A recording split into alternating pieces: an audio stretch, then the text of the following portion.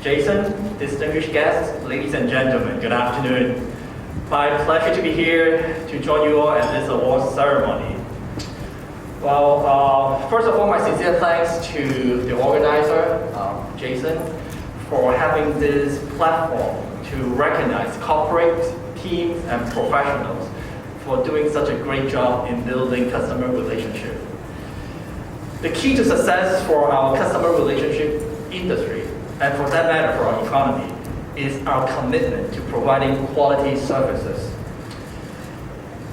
Indeed, the CRE, the customer relationship excellence, is the backbone for our can-do spirit. It strengthens our attractiveness as Asia's world city.